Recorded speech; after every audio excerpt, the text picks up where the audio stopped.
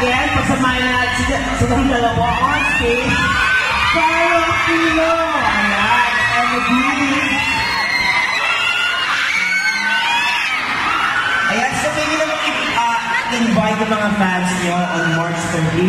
Sige po, sana po magkita ko na sa mga sinunod natin. March 13. Showing na po ako lang sana po masupport tayo po kami.